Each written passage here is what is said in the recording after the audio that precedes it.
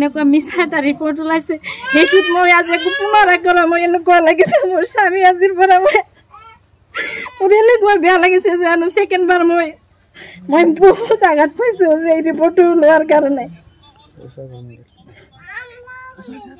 মৃদুল ইছলামে কেতিয়াবা মদ খাইছিল নেকি নাই আপোনালোকে তাই এখেতে যদি মদ খালেহেঁতেন এজন এডভোকেট আছিলে এজন মদ খোৱা মানুহে আনকতো কেতিয়াও সহায় কৰিব নোৱাৰে তাই যদি নিজেও মদ খালেহেঁতেন তেওঁ আনক কেনেকৈ সহায় কৰিব সেইটো চাওক এজন এডভোকেট আৰু আপোনালোকে চাওক চেষ্টা কৰি চাওক যদি এখেতে যদি মদ খাইছিলে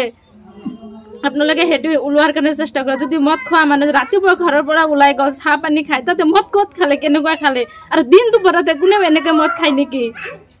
কোনোদিনেই মদ খোৱা নাছিলে এইবিলাক চব চৰকাৰ তেখেতৰ কোনো বেমাৰ আজাৰেই নাছিলে আৰু চাওক চৰকাৰে আজি ৰিপৰ্ট ওলাওঁতে ইমান দেৰি কৰিলে বহুত দেৰি কৰিলে ৰিপৰ্ট কিবা এটা আছে নহ'লে ইমান দেৰিকৈ কিয় আমাক ৰিপৰ্ট ওলাই দিব আমাৰ চৰকাৰৰ পৰা আমাৰ কিবা সুবিধা কৰক নকৰক সেইটো বেলেগ কথা কিন্তু যে আজি যে এনেকুৱা মিছা এটা ৰিপৰ্ট ওলাইছে সেইটোত মই আজি একো পুনৰাই কৰা মই এনেকুৱা লাগিছে মোৰ স্বামী আজিৰ পৰা মোৰ এনেকুৱা বেয়া লাগিছে যে ছেকেণ্ডবাৰ মই বহুত আঘাত পাইছোঁ যে এই ৰিপৰ্টটো লোৱাৰ কাৰণে মৃদুল ইছলামে কেতিয়াবা মদ খাইছিল নেকি নাই আপোনালোকে তাই এখেতে যদি মদ খালেহেঁতেন এজন এডভোকেট আছিলে এজন মদ খোৱা মানুহে আনকতো কেতিয়াও সহায় কৰিব নোৱাৰে তাই যদি নিজেও মদ খালেহেঁতেন তেওঁ আনক কেনেকৈ সহায় কৰিব সেইটো চাওক এজন এডভোকেট আৰু আপোনালোকে চাওক চেষ্টা কৰি চাওক যদি এখেতে যদি মদ খাইছিলে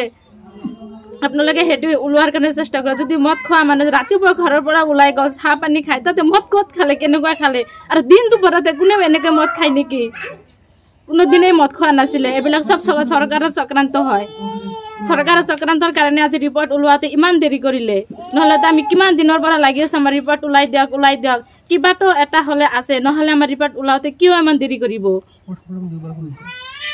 আৰু মোৰ হাজবেণ্ডক পষ্টমেৰ্টেমো দুবাৰ কৰিছে আপোনালোকে কোনোবা দিন শুনিছে নেকি যে পষ্টমেৰ্টেম মানুহক দুবাৰ কৰে এবাৰ ওলাই দিয়াৰ পিছত আৰু একবাৰ পষ্টমেৰ্টেম কৰিছে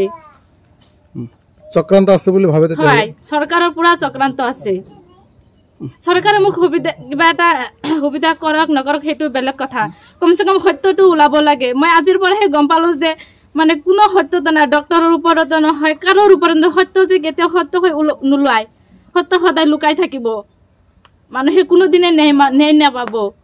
যেহেতু পোষ্টমৰ্টেম ৰিপৰ্টত মদ আৰু ধমনী ৰোগত মৃত্যু হোৱা বুলি পোষ্টমৰ্টেম ৰিপৰ্টত ওলাইছে পৰৱৰ্তী পৰ্যায়ত আপোনালোকে কিবা ব্যৱস্থা ল'ব নেকি হয় আমি ব্যৱস্থা ল'ম আমি কোৰ্ট যাম ৰিপৰ্ট ল'ম ৰিপৰ্ট যাই আমি কোৰ্টত যাম যাই কিনে আমি তাতে যাই কিনে আমি আপিল কৰিম আমি